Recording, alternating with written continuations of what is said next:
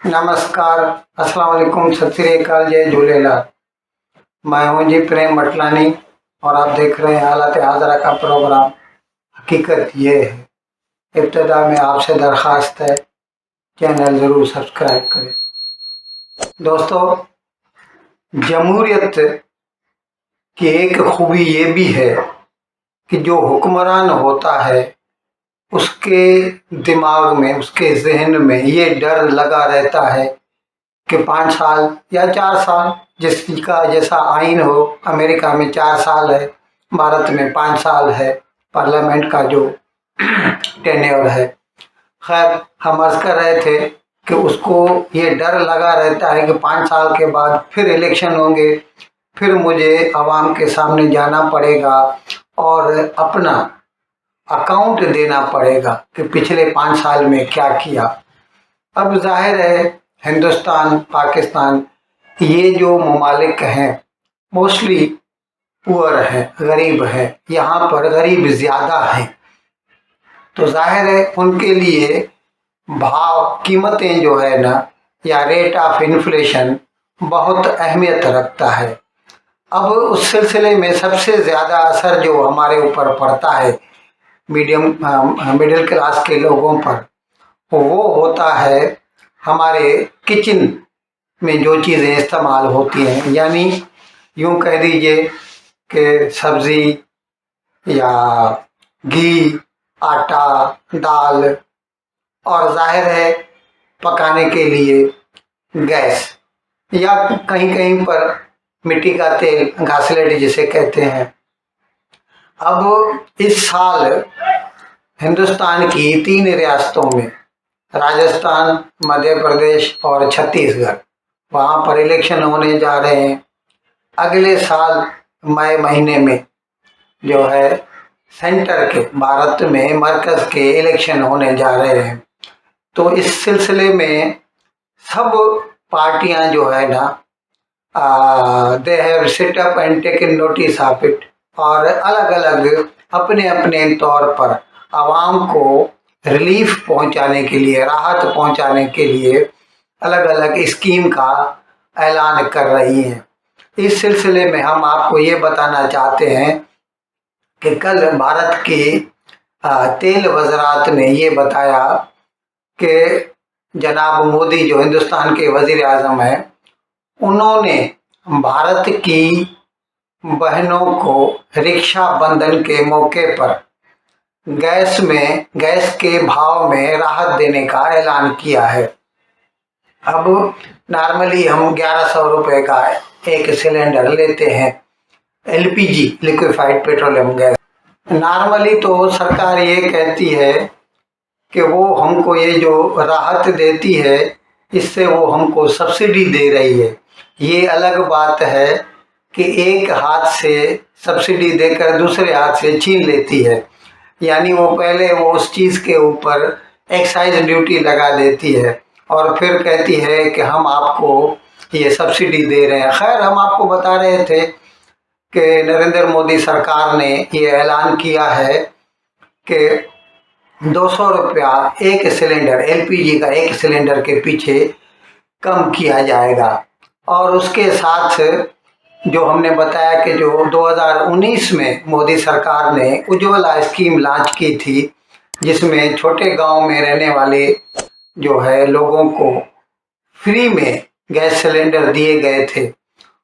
उनको जो है पहले तो फ्री में दे दिए गए, बाद में तो जाहिर है उनको पैसे से खरीदना है रिफिल करने के लिए, तो बाद में उनको जब महंगा लगा तो फिर उनको इत्तेफाक से उसके पीछे फिर कोरोना भी आ गया और लोगों की कमाई मार खा गई।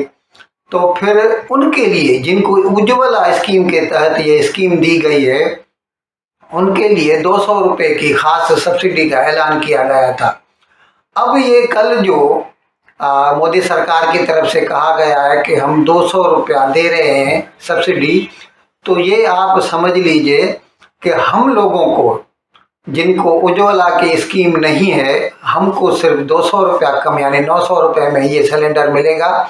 और जो गांव में रहने वाले, जिनको उज्ज्वला के तहत ये कनेक्शन मिला हुआ है, उनको 400 रुपया सिलेंडर के पीछे, यानी उनको वो एक सिलेंडर 700 रुपये का मिलता रहेगा। अच्छा, अभी इसके साथ साथ नए उज्ज्वला के 75 लाख कनेक्शन देने का भी सरकार ने ऐलान किया है। ये सभी जो हम आप सुन रहे हैं, ये स्कीम वो स्कीम, ये सभी इसकी वजह से हो सका है क्योंकि कांग्रेस की सरकार राजस्थान में उसने ऐलान किया है कि जो बिलो पॉवर्टी लेन यानी जो मतलब गरीब लोग हैं उनके लिए हर साल वो 12 सिलेंडर दिया करेंगे और हर सिलेंडर 500 रुपये का होगा। अभी देखिए, ये तो उससे भी सस्ता हो गया जो उज्ज्वला वालों को मिलेगा।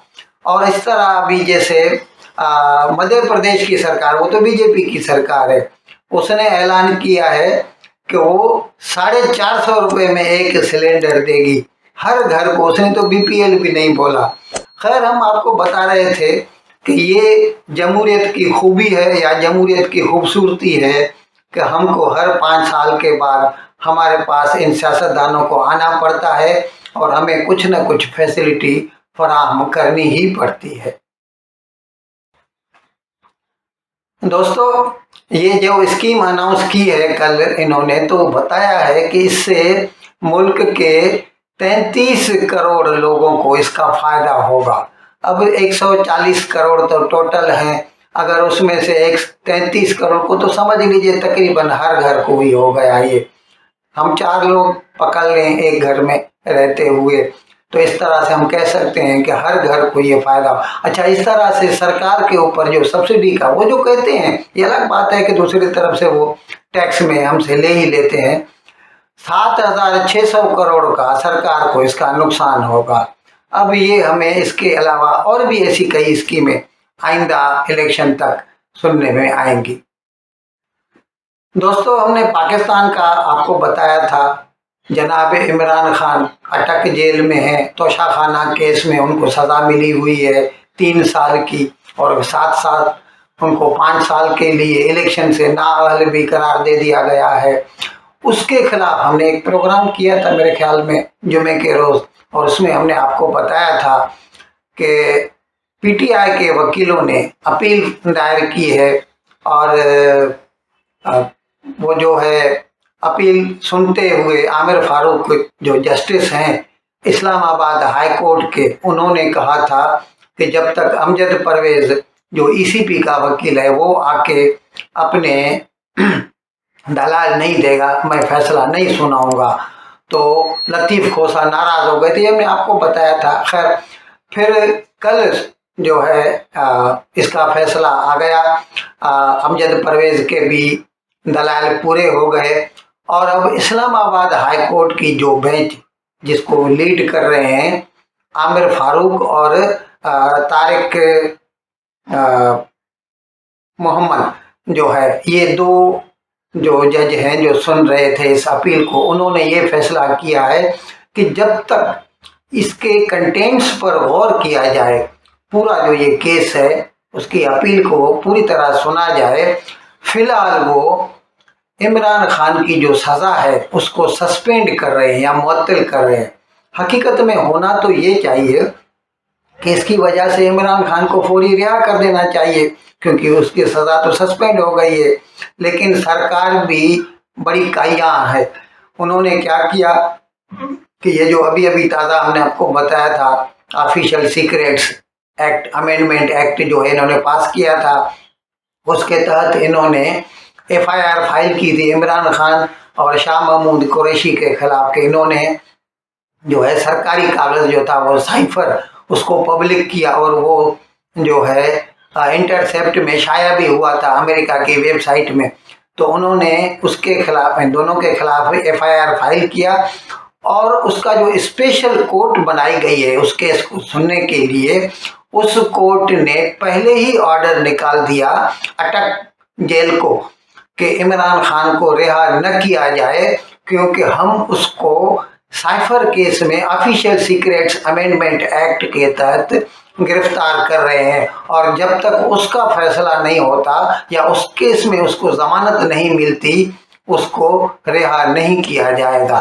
तो to cut it short, we can say that Imran is still inside the jail. और अभी हमें नहीं लगता कि जब तक ये इलेक्शन होंगे वो उसको बाहर आने देंगे, किसी न किसी तरह उसको फंसाए रखेंगे। और वैसे भी सुप्रीम कोर्ट और कितना इसको बचा सकेगी, क्योंकि उमर अता बंदयाल भी अभी सितंबर में जो है रिटायर होने वाले हैं। फिर जस्टिस काजी फायद ईसा आ जाएंगे और हमें नहीं लगता कि जितनी फैसिलिटी इमरान खान को इस वक्त सुप्रीम कोर्ट से मिल रही है आगे भी उसको मिला करेगी। इन अल्फाज के साथ मैं आज का प्रोग्राम ख़त्म करने की आपसे इजाज़त चाहता हूँ, लेकिन विदाई लेने से पहले एक मरतबा फिर आपसे मेरी दरख्वास्त है कि जिस किसी साहब या साहबा ने अब तक हमारे इस चैनल को सब्सक्राइब नहीं किया, अज़रा करम इसको जल्द से जल्द सब्सक्राइब करें, प्रोग्राम को लाइक करें, शेयर करें और घंटी का बटन दबाना न भूलें। बहुत बहुत शुक्रिया। खुदा हाफिज़।